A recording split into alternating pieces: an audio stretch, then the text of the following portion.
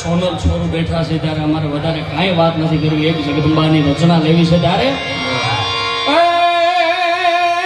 હજી મારી આઈ જાગે છે રે,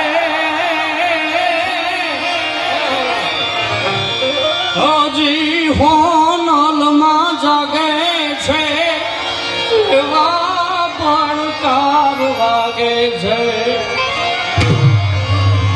પાછી ડગોડગ આઈ આગે છે, અમારી ડગોડગ આઈ આગે છે. એની કૃપાથી પંથડા કાપ્યા રે.